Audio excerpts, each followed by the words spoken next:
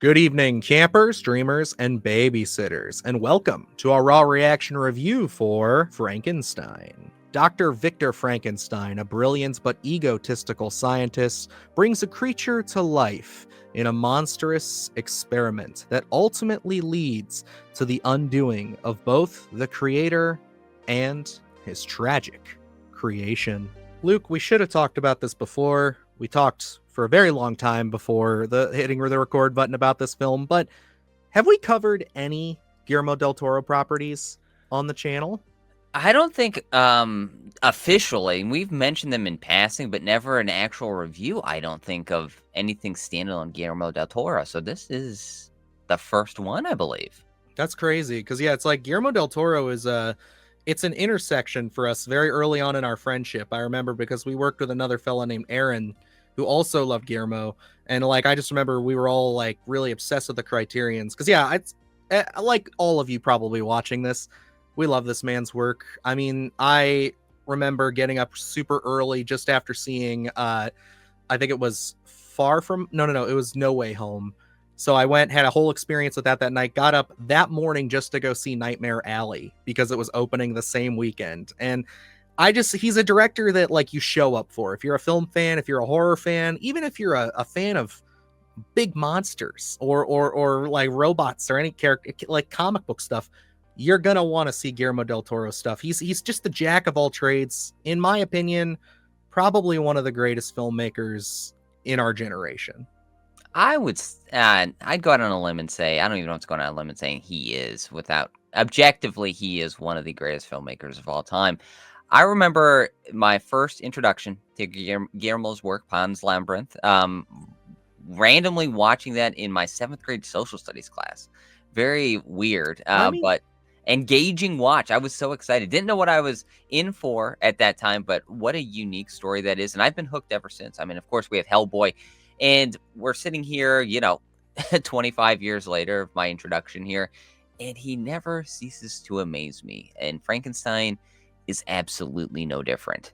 No, Frankenstein, guys. I mean, we are late to the punch on this one. We unfortunately couldn't get to any press screenings in our area for this, no screeners. So we are watching this the weekend of, and I've done something that I do very rarely. Like Luke is usually really good at this, but I'm already through my second watch on this, and I just put this on last night. This movie is everything that I have wanted from a telling of a Frankenstein story. I mean, dare I say I'm arguing with myself to not just sit here and glaze this thing the whole time, but like this movie is the definitive version of this story in media. I'm just gonna put that out there. Like everything worked for me on such a high caliber. I'm blown away by how much I love this movie. I knew I was gonna like it. I was hoping I was gonna love it, but I'm blown away by how much I love it.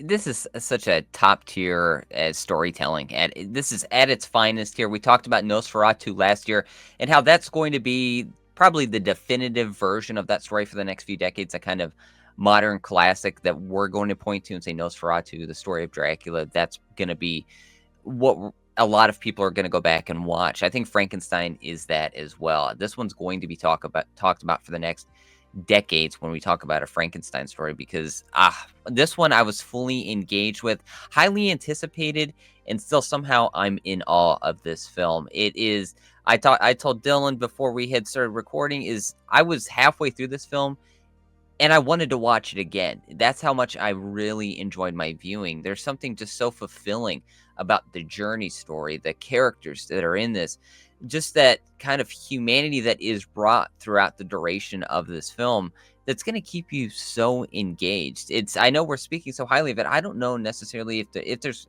going to be critiques. There's going to be very minor critiques because of how great the storytelling is here, how cohesive this film just feels.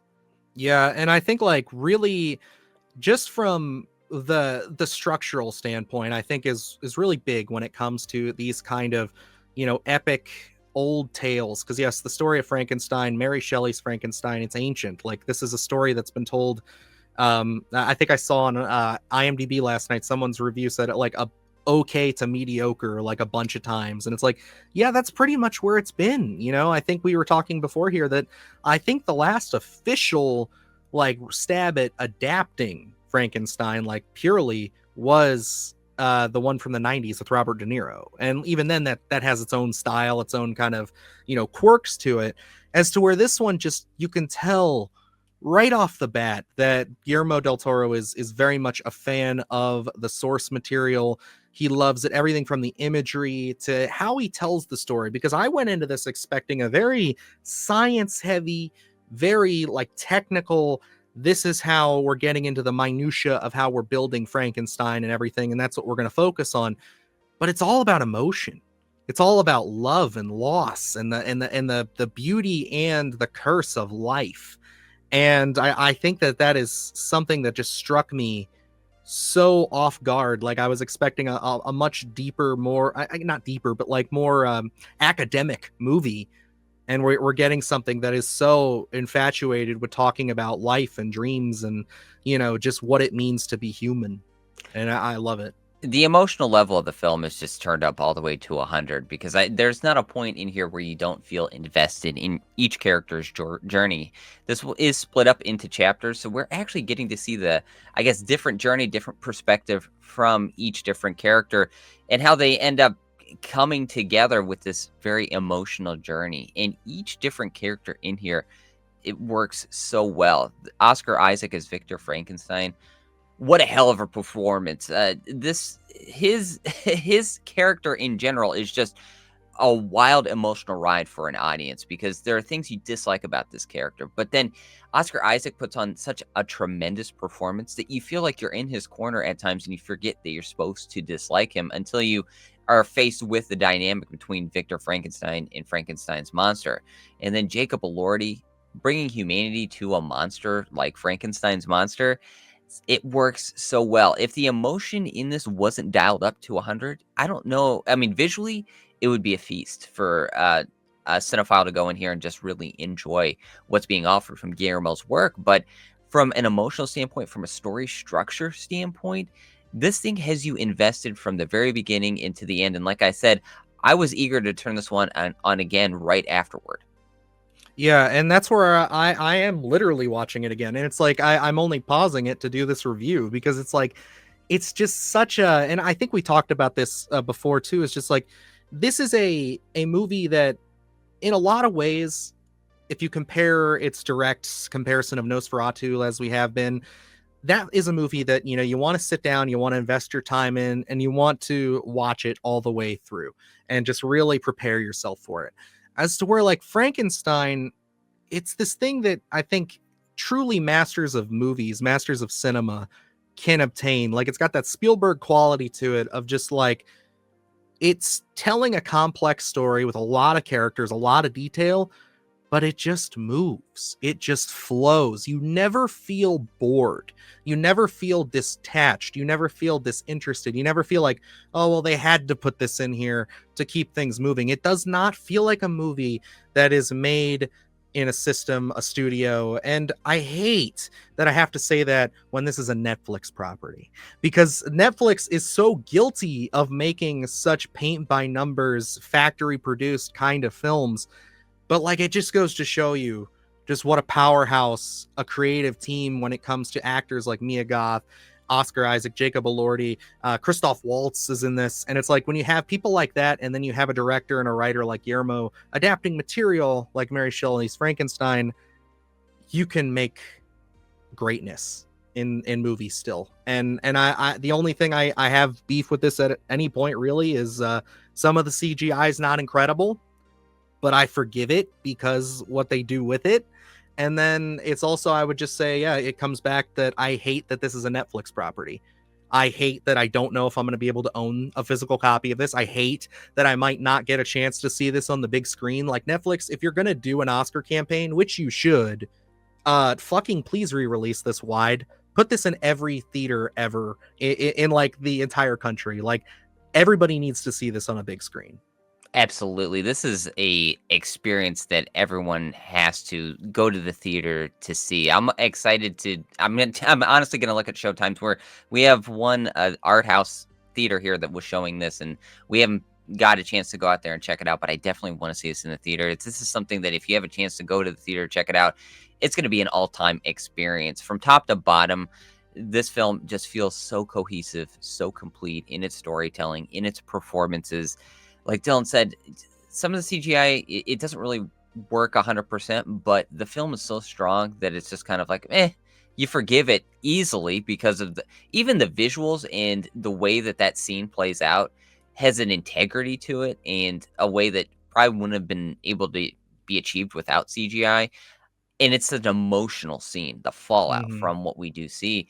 And again, it just works on a really different level than what I was even prepared for. And of course, this film was highly anticipated. I was expecting greatness, but just maybe not even on the level that we got here because, oh man, just from a scene perspective, from the visuals that we get, I'm gonna bring up this one, Dylan. I even told I had sneaked in a half hour of this before sitting down and rewatching the entire thing, and Mhm. I had brought this up to you, Dylan, where there's a scene in here where Victor Frankenstein, Oscar Isaac, is kind of creating his monster, and the blues or the greens, the reds that are in the background here, there's kind of like body parts laying all over. There's flies everywhere in this score of whimsy almost. And I love the juxtaposition of how they were able to structure that. And this goes consistently throughout this film.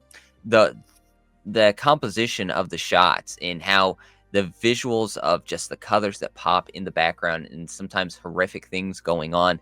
You can't be surprised by Guillermo's work, but somehow I still am and what he's able to bring because visually this thing is an absolute feast from performance perspective.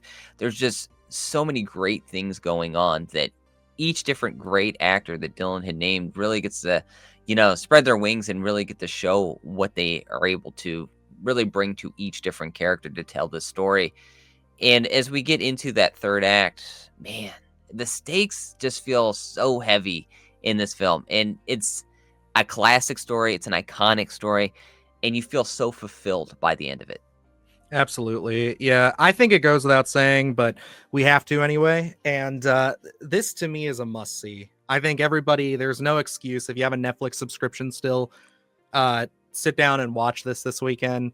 Again, Netflix, put this back in theaters, get it out there wide. I don't know what their obsession is with not putting them there. I think it's just to draw people to their service, but you can't deny people this. You know what I mean? Like, this is one of those things where it's like, I'm upset that I don't get to just like walk into a movie theater right now and see this. And you know what? That's selfish, I know, and that's goofy, but I still think that at the end of the day, this is a movie that I will be watching this probably every year for the rest of my life, especially around this November, December era. Like we talked a little bit about this, it's perfect time for Christmas. It's like this is an epic. This is definitely where you look for words like epic, peak cinema. Like this is where you reserve stuff like that for. And yeah, somebody give Guillermo del Toro the Mountains of Madness. That's all I gotta say. He's earned it at this point. This thing is, Dylan, you hit it the nail on the head. A horror epic, a sci-fi epic. It's just in terms of cinema, it has to be. You have to check that box for Frankenstein. Guillermo del Toro's at his best here.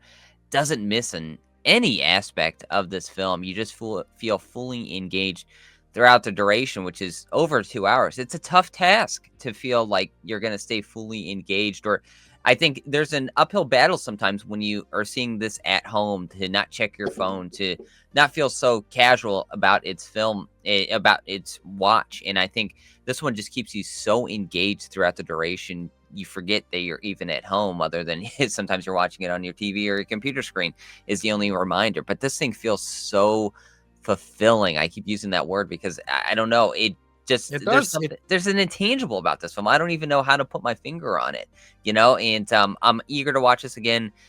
I am hoping we get a physical release. I'm fingers, Criterion should at yeah, least, hopefully.